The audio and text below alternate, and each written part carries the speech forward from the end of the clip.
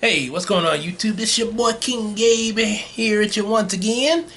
And today we are about to go into the history of Star Striker 2004 series. Now, originally I was intending for my next history video to be Digimon, my history of my Digimon Tamer adventure. To finish out, my stuff with Digimon at least, and possibly some other things. But the reason I'm going into this and possibly the next history video will be possibly something else related with Star Striker as well, sort of continuing from that. But the reason why is because recently I released a video talking about how Star Striker is going to be reintroduced into Yamiko. There was a reborn trailer up. Also there's a Star Striker music video up on my Patreon, along with some other music videos, and plus a new one I just recently put up there. Be sure y'all become Patreon so y'all can see those music videos. And remember, you can do $1 a month too. So that's a pretty cheap price.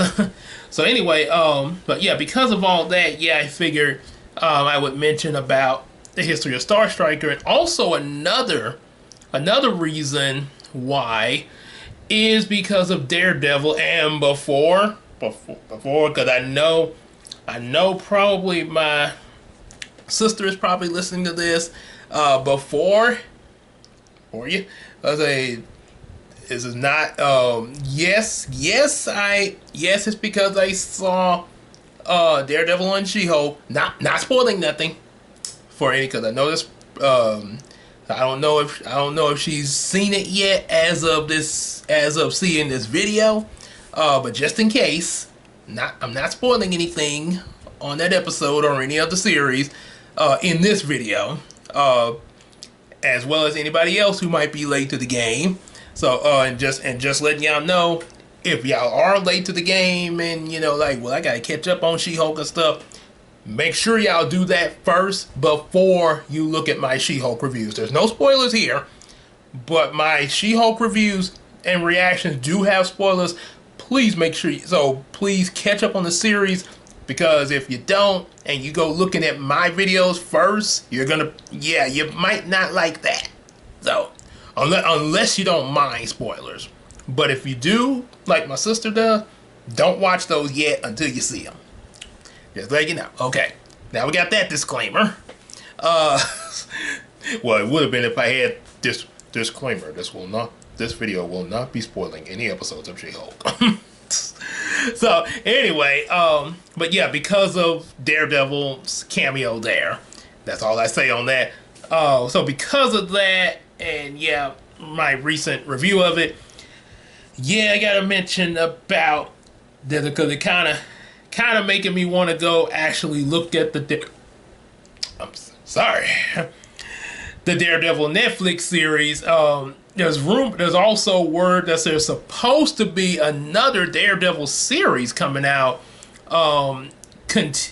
which of course the same guy from the Netflix series. I guess it's be like a continuation of him. I don't know what it's gonna be. I'm just saying this is what I heard. It might be, Marvel's doing all kind of stuff there, so kind of hard to keep up there with them now, because I think there's a lot more going on now with the streaming services and stuff than it was when they first started out, and it was just movies.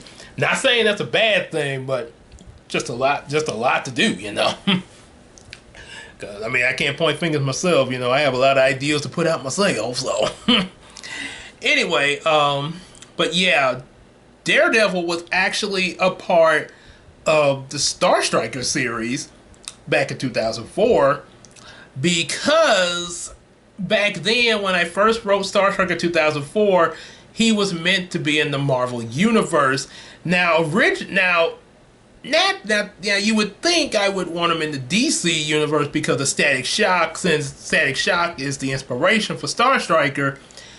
However, though, at the time I was writing it, back then, I was under the assumption that, because of all the superheroes in DC, because I knew there was like a whole lot of them, because I knew about the Justice League series, the original 7, and then there was like hundreds of Justice League members in Justice League Unlimited. So I was thinking like, yeah, it might be a little over flooded to put my character in that universe. Now, of course, Marvel has a lot of heroes as well that MCU, and even before then, as the comics have evolved and different television series over the years.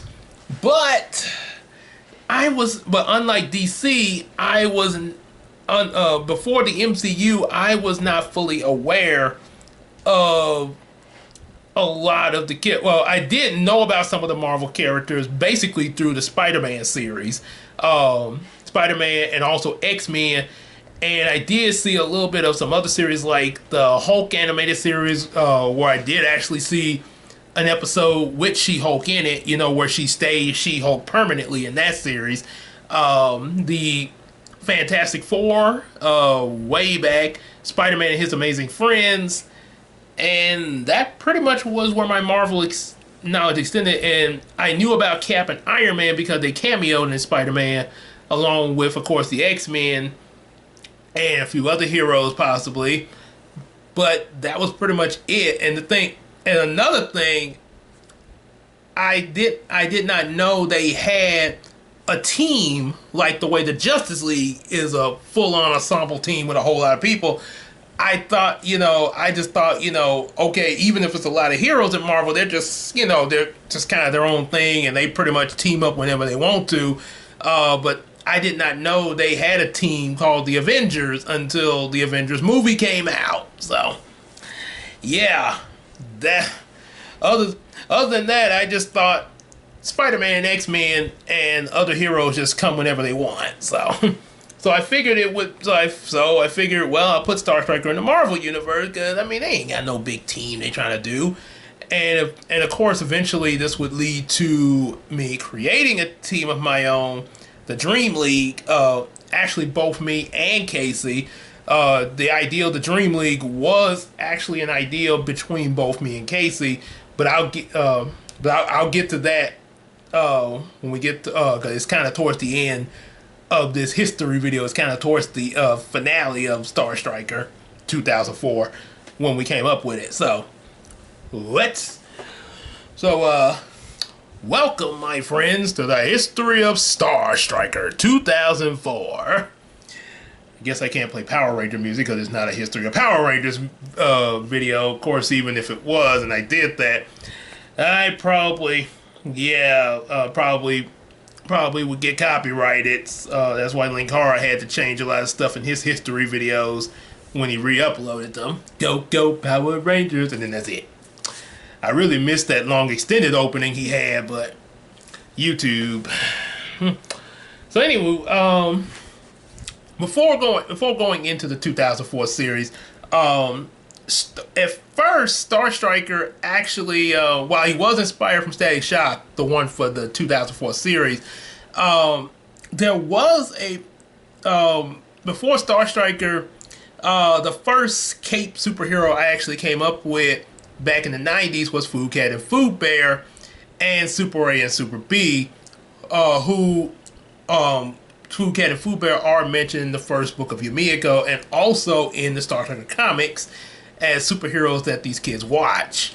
Food Cat and Food Bear pretty much like Adam West, Batman, and Robin, but they use food as their gadgets, like the banana ring and stuff like that, or ketchup blasters and stuff like that. So, yeah, Food Cat and Food Bear was the first one. Then there was a video I made in the 8th grade once, before I came up with the name Star Striker, where I was going by the Caped Avenger, but then there were sometimes I was calling myself the Masked Avenger, and I think I still have the VHS. Yes, it's the VHS. And in that VHS, yeah, I was flipping between Caped and Masked Avenger in the video, so I was not really consistent on what name I wanted to use. Which, to be fair, the Cape Avenger was really already taken by Garfield and Garfield and friends. So I guess you could say I should have went with the Masked Avenger to keep from getting sued by Garfield. But then again, the Masked Avenger might have already been taken as well, possibly by more than one people there. So yeah, that didn't last too long. Then of course came with the name Star Striker after meeting Casey, of course, in high school. And the first time I imagined him was when Casey and I role played Teen Titans, and we were watching that. And Star Striker was imagined as being Robin's brother. Not sure exact. Yeah, I didn't really. Now, you know about Dick Grayson, Robin's origin, because that's the Robin that's in Teen Titans, Dick Grayson. It's pretty clear. So, if you know Dick Grayson's background, you know, the Flying Graysons and how his parents died and everything in that circus accident due to Tony Zuko, I think it was. Yeah, kind of hard to... because it didn't really say Robin had a brother, except in the Joel Schumacher films. But even in that one, his brother died along with his parents. So, yeah, unless Star Striker is his adoptive brother, like Thor said about Loki, he's adopted. Yeah, that's about the only way that would work in that universe. Then, of course, Casey's character she made up was Sword Girl, aka Julie Yukoshi, who was supposed to be Raven's sister. Again, not completely sure how that would work in that universe, but then again, role play, and plus, I'm not sure exactly how much Casey knew about Raven's backstory in Teen Titans. I'm not completely sure, but like I say, we didn't stop to really think about that. We just, hey, we're related to Robin, she's related to Raven. So yeah, so then I got to Star Striker 2004 series, where he, of course, there's more inspiration drawn from Static Shock, especially seasons 3 and 4, where, of course, he had his sidekick Gear, because it actually is called Star Striker and Target, the 2004 series. Yeah, so Star Striker and Target. Superhero Star Striker and Target. Ooh, ooh. So going into that, the series actually starts off where there's an elderly. Okay, let me say elderly lady to be more respectful. I apologize. Sorry. gotta be respect. So, an elderly lady is walking home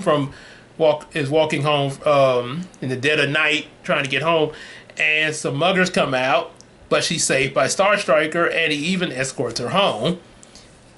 And after doing so and going back home himself, he thinks back on when he first got his powers. Unlike Static, where he got his powers from the Big Bang, you know, that gang war and then all the chemicals and stuff like that were down there that they called the Bang Baby gas. I didn't really think much about how he got the powers, to be honest. Samuel just woke up and suddenly he was able to fly and shoot solar beams. Yes, back then in 2004, Star Striker's power was flight and shooting solar beams from his hands. And no, he didn't have to wait one turn for his solar beam to charge like in Pokemon. He just fired them, sort of, pretty much sunbeams, you might as well say. So he woke up being able to do that, and no questioning of how this happened or not.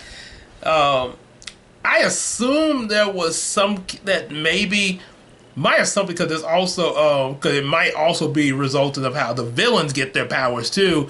My assumption is that there was some tanker truck explosion of some science chemical that just so happened to spread in the area, and Sammy got his powers from that. But yeah, it still would raise the question, because I'm thinking, because I'm pretty sure I did not station Samuel's neighborhood in a location where it would be close to the jailhouse where Anthony, aka Arcturus, would be. Yeah, yeah, we don't exactly live near the jails or anything like that. Okay. Of course, well, never mind. Never mind. Anywho, so yeah, still uncertain of how that came to be. But anyway, he got powers. And in the series, Samuel is 14, a teenager, and his friend Brian is actually 9. But despite the fact that he's 9 years old, he actually attends high school with Samuel because he graduated early. Probably would have been best just to make them the same age, but at the time, Brian was actually based off one of my church members who was around that age at the time, and we sort of had become kind of buddies, especially because we were talking about Pokemon a lot when we be talking and stuff. So yeah, that was kind of why. So with that, his buddy Brian comes in, analyzes his powers and stuff at his lab in his basement at his house, and they decide to make a superhero costume, and thus Samuel becomes Star Striker. And as he goes out to patrol, he runs across Arcturus, who, of course, before he became that, he's criminal Anthony Westwood. Turns out him and his wife and kids are pretty much all criminals there, a crime family. And something happened that made them become octopus mutants, all 4 members. And they bust out of jail with their powers and stuff, go back to their old place. Anthony, of course, becomes Arcturus with octopus tentacles coming out of his back. His wife also has octopus tentacles coming out of her back and is and calls herself, I think it was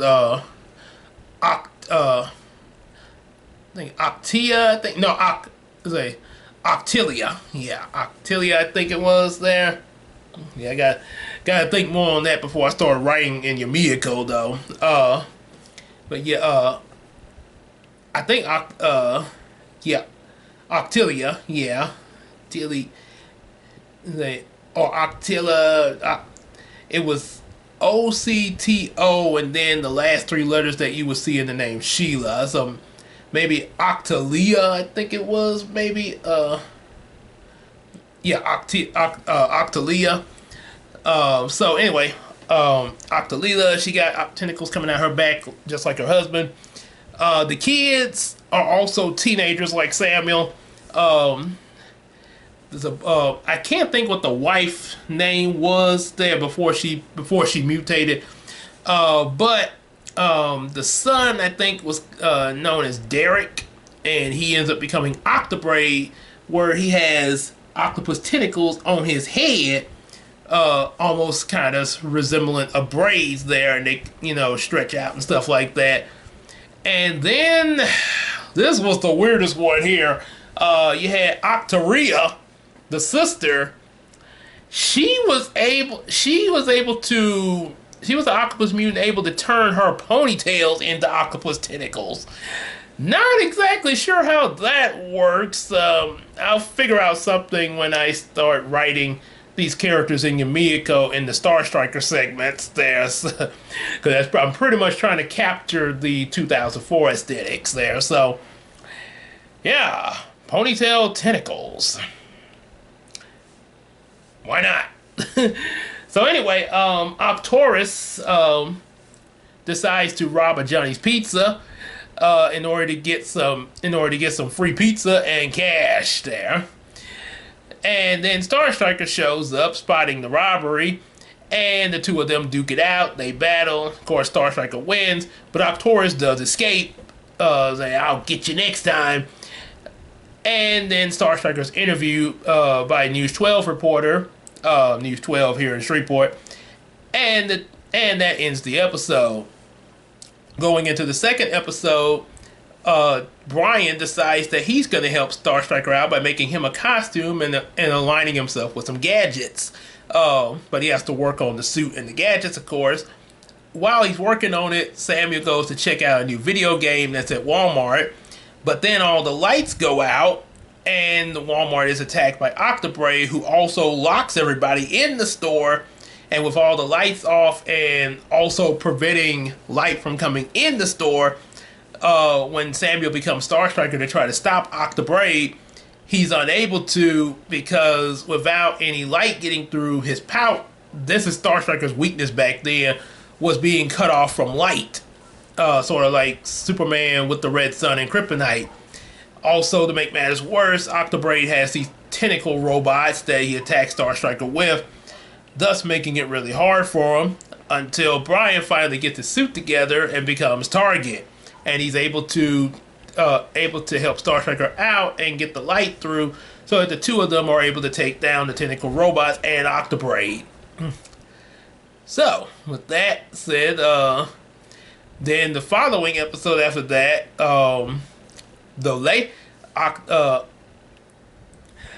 okay, give me a moment. I remember how I pronounced that.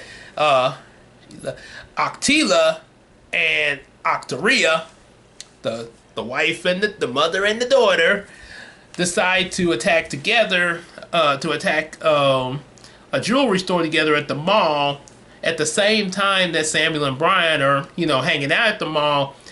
And before the attack, they meet up with Angela and a unnamed friend of hers. I didn't really come up with a name, but I just said Angela and a friend of hers. And of course, Samuel wants to try to ask Angela out, but they're interrupted by the robbery at the jewelry store. And in the process, Angela and her friend are held hostage to try to get Star Striker to surrender. Not sure how exactly they got around it, but some kind of way they do. And of course, they do save the girls. And Samuel ends up asking Angela out on a date. And of course, they do.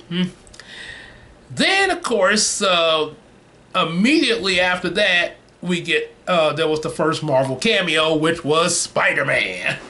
Spider-Man comes to Shreveport as Peter Parker, of course. Peter Parker is, since this was 2004, it's actually connected to the original Spider-Man series. I guess you could say I sort of retconned the Spider-Man Unlimited series, depending on how exactly that series went. No, I know it got canceled and everything, so I guess you could say I retconned that, because here is not really any mention of Spider-Man Unlimited. Peter Parker is a substitute teacher at Star Strikers. At Samuel and Brian's school, a substitute journalism teacher, and turns out he's also working undercover to try to locate Doc Ock, who is hiding somewhere here in Shreveport. And after school is out, Ice Squid shows up, which I think the Octa family had all gotten put back into like a special made prison.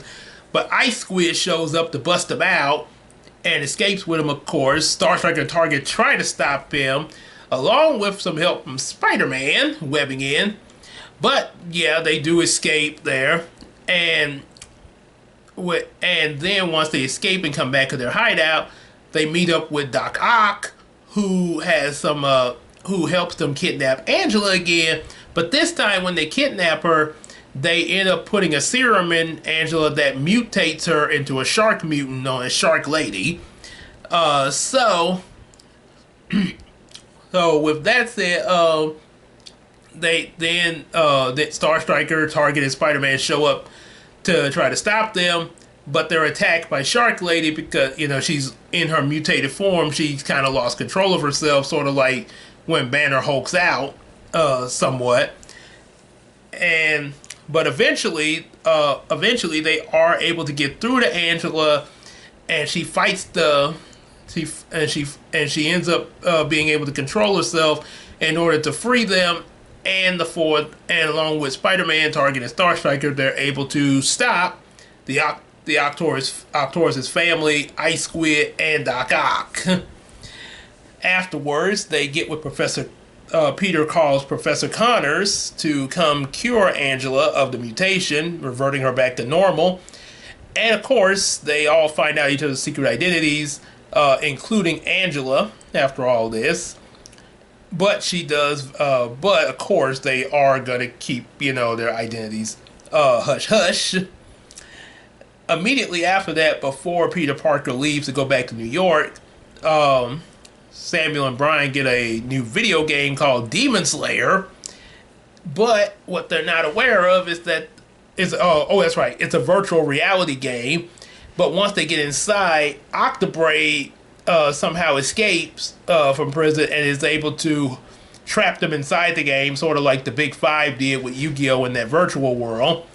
And they're stuck inside the game on the highest setting to where it's really hard for them to get out, and the only way they can get out is by winning the game, but the level is set up so high that it's almost near impossible. So suddenly, but eventually Peter Parker gets word of what's going on with Samuel and Brian, and he's able to get them out of the game by helping them navigate through it and giving them a power-up to beat the boss. But once he gets them out of the game, they find out that all of Shreveport has been flooded some kind of way, and there's mutant monster fish roaming about Shreveport. So once again, Spider-Man has to help Star and Target defeat all the mutant fish. That's a lot of fish. And of course, there's other episodes, like filler episodes, and even including an episode where, just like how little Romeo cameoed in an episode of Static Shock, there's a cameo from Raven-Symoné, from That's So Raven. Oh, snap! So Raven-Symoné actually comes to Shreveport to do a music video with Star and Target. This has been announced by Steve Harvey, of course. However, the Octorus and his family send some monster plants to try to disrupt the video. But of course, Star and Target are able to defeat the monster plants. Then, a following episode after that, a little bit later, Samuel, Brian, and Angela all go to the state fair that we have here in Shreveport every year. They go to the state fair and they run across a fortune teller trying to tell their fortune, but she ends up getting exposed as a fake.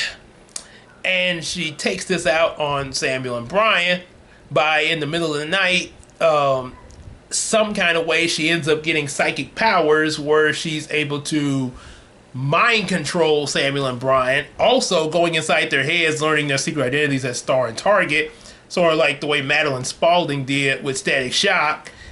But she mind controls Star and Target to do crimes for her, thus getting them in trouble with the police and getting them arrested. However, as it turns out, Matt Murdock arrives in town. This is where Daredevil showed up in the series for his first cameo. Matt Murdock shows up and hears about what's going on, and he investigates and gathers enough information to bust the fortune teller and get Star and Target's names cleared, and teams up with them as Daredevil to take down the fortune teller.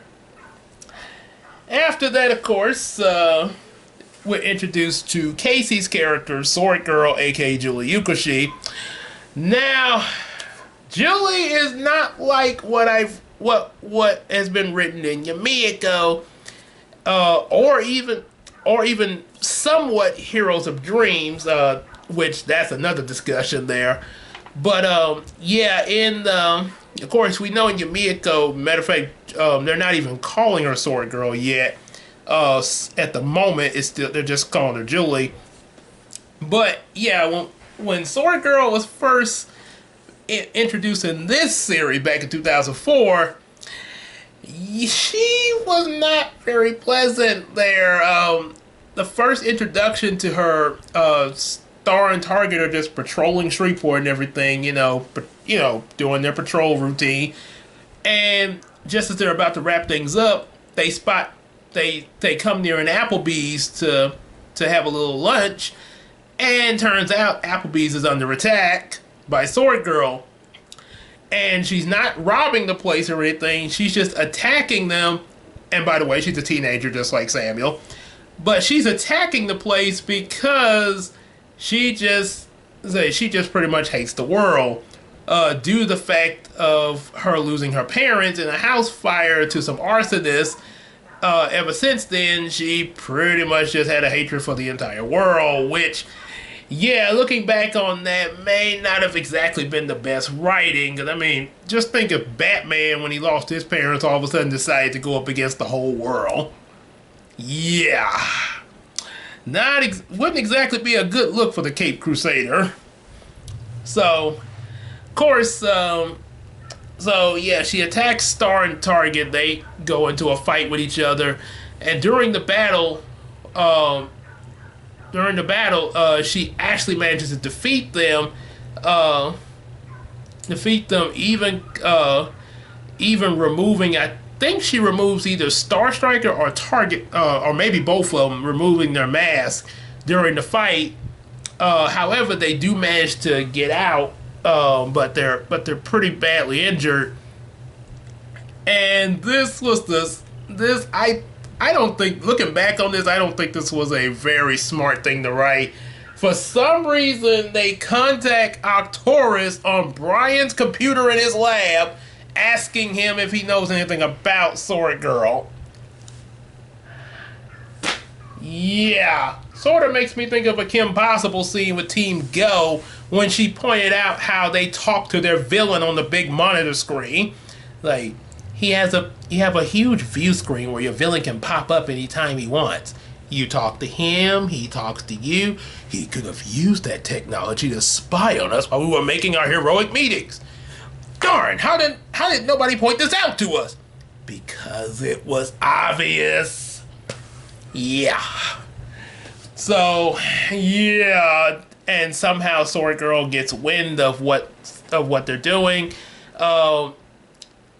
And they're trying to research about her on the school computer, but then Sword Girl attacks the school knowing their identities, and before she could pretty much finish Star Striker and Target, she's stopped by Daredevil.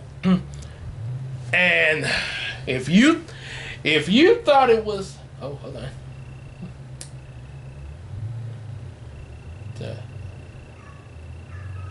Okay, sorry, I saw a text message from wifey. Let me answer her real quick. Good thing I turned my sound off there. Please silence your cell phones while the movie is playing. Please silence your cell phones.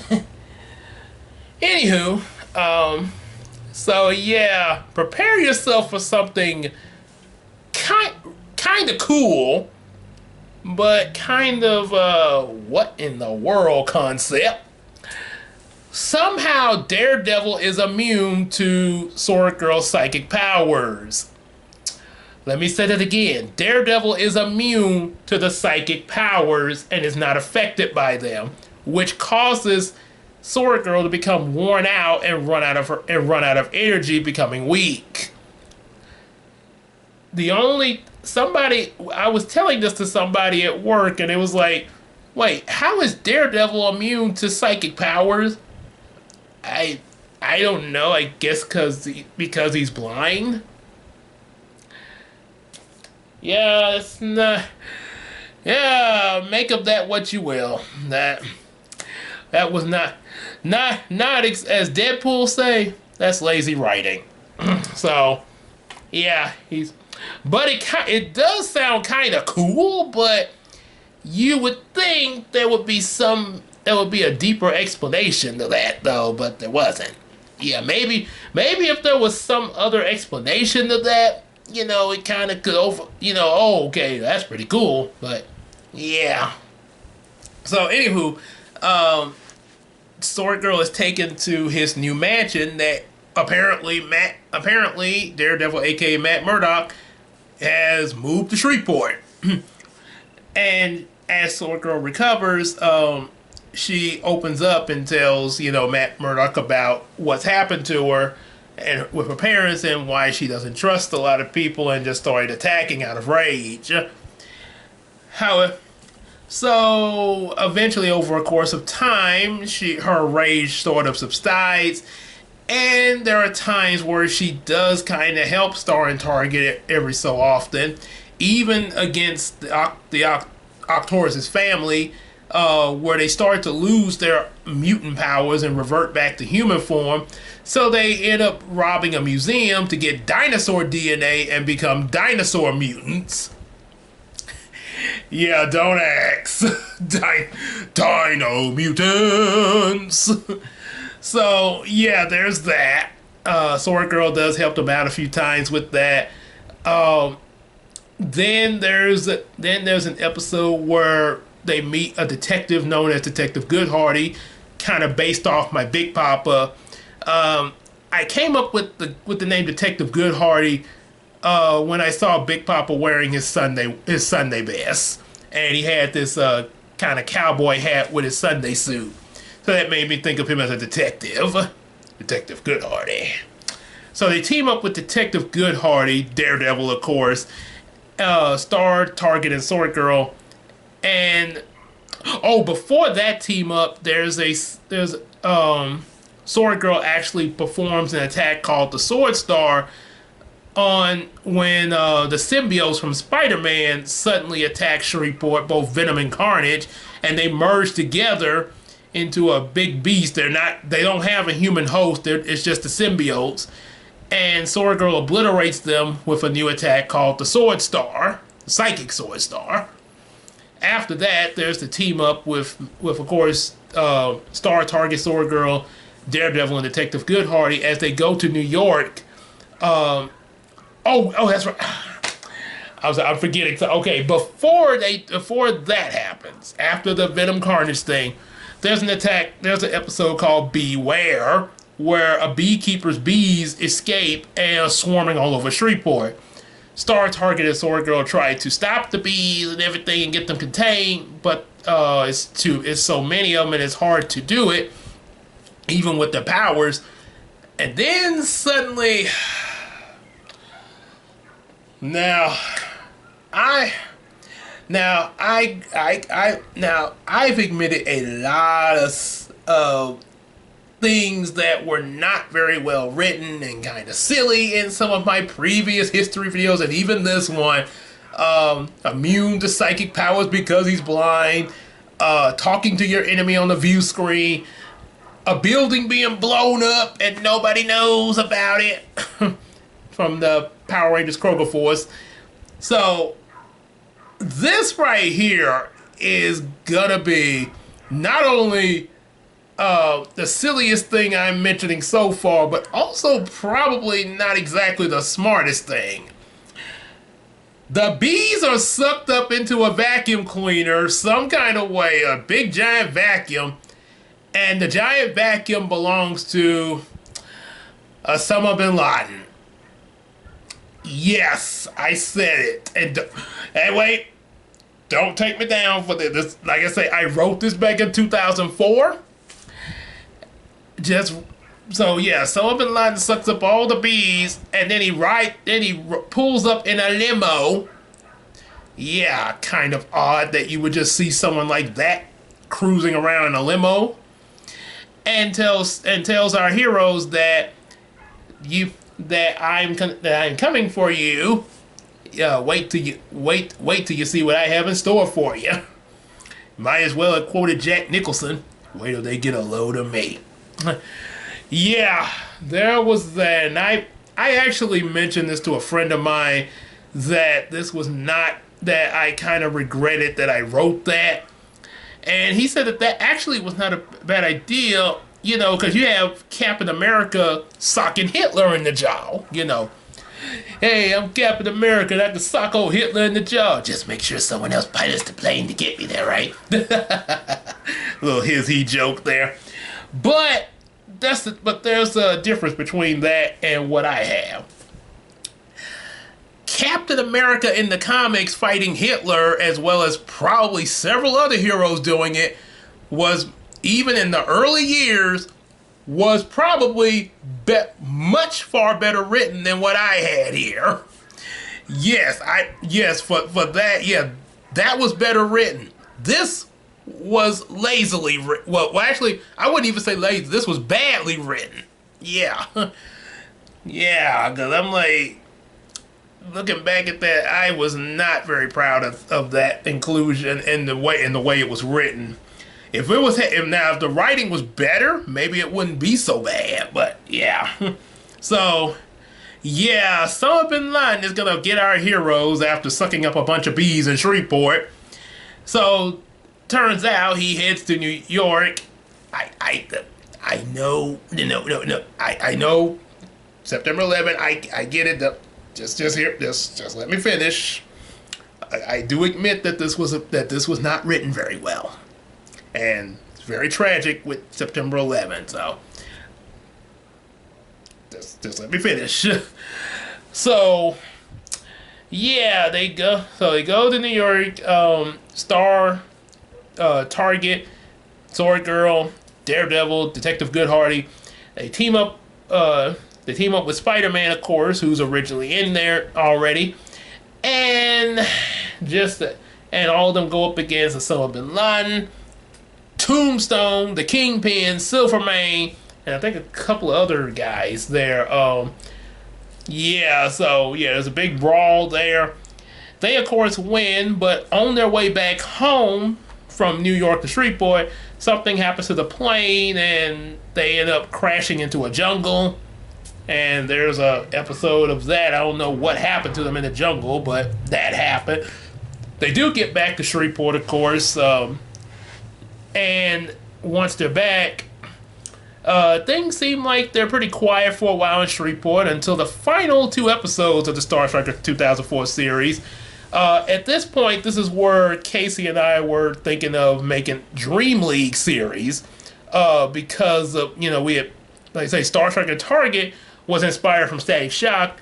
Now we was thinking about, okay, hey, let's have them have a team like Teen Titans, And so I was like, well, if we do that, we got Star, Target, and Sword Girl, so we at least need 2 more heroes. And yes, I know I mentioned about Daredevil, but he was sort of like Professor X to the heroes there, sort of. Yeah. Yeah, he just sort of moved into Shreveport and decided to, kind of be a mentor over the superheroes over there.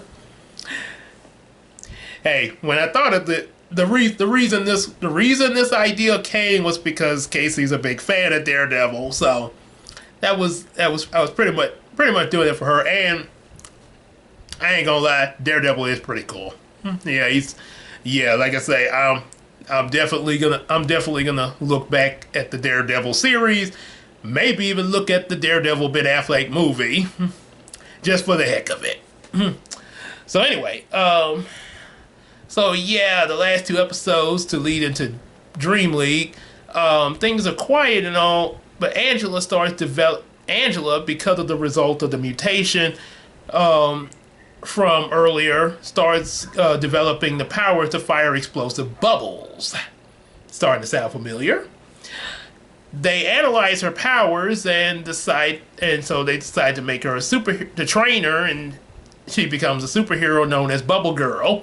Yes, this was before Bubblina now. Before Bubblina, it was Bubble Girl, and she wasn't a mermaid. She just had aquatic powers to shoot explosive bubbles there. So Angela, now known as Bubble Girl, is now, hanging with Sword Girl, Star Trek, and Target. And the 4 of them end up having to face a bunch of robotic jellyfish that start attacking Shreveport. And that's where Bubble Girl makes her first debut, really mastering her powers to destroy the jellyfish. The robot jellyfish, though. Not the real one, not the ones from SpongeBob, don't worry. So, after that, the final episode, Julie ends up meeting a boy named Calvin. They go out and they start dating. And when she gives Calvin the first kiss, somehow he gets superpowers. I have no explanation of how that that's just what I wrote. I guess now that I would probably label as a bit of lazy writing, as Deadpool would say. Now that's just lazy writing. So yeah, he gets superpowers from kissing Sorry Girl. Well, I guess in this universe they better not have a change of heart and break up, because if they break up and all of a sudden Sorry Girl dates somebody else, then she'll be giving somebody else superpowers. So the superpowers that Calvin gets is not psychic like Sorry Girl. He ends up being able to manipulate shadows like Ebon, except he's on the good side though, and he becomes known as Venom X. So now there's 5 heroes, and they end up teaming up to face an Egyptian curse that's bringing stuff to life in this museum, sort of like Night at the Museum, I guess. And that's pretty much it. At the end of the episode, they decide to become the Dream League, thus ending the Star Trek of 2004 series, where not only they become the Dream League, but they decide to the five of them, Star, Target, Sword Girl, Bubble Girl, and Venom X, decide to all move into Matt Murdock's mansion, pretty much like the X-Men with Professor Xavier, as their new base of operations there. Yeah, so that's the history of 2004 Star Striker and Target series, and boy, there's a lot of good stuff in there, but boy, there was some weird stuff, some stuff that was not well written, like especially at the end of the series, and also some stuff that probably should not have been in the series, like the Osama bin Laden stuff. Yeah, like I say, yes, I wrote that in there, but I regret that I wrote that in there. And by the way, none of this series did not get published, by the way, so that's a good thing. At least I don't have to, face any consequences of publication of that there. So, but yeah, because like I said, especially with the Osama bin Laden stuff. And also, yeah, if I did get that series published, even if I took out the Osama bin Laden stuff, I would probably have to get permission to use Spider-Man and Daredevil, obviously. Yeah, and that would be a lot to go through with the studios and stuff, especially back then before, Disney and Marvel merged together to make the MCU. So, yeah, it'd be a lot of red tape to go through there. So, pretty much like what I mentioned in my history of my different Power Ranger series I made up, where I actually tried to get them as actual Power Ranger series on TV, and that didn't quite work out. So there was that. Depending on how, so yeah, I wanted to get that out because of the mention of Daredevil.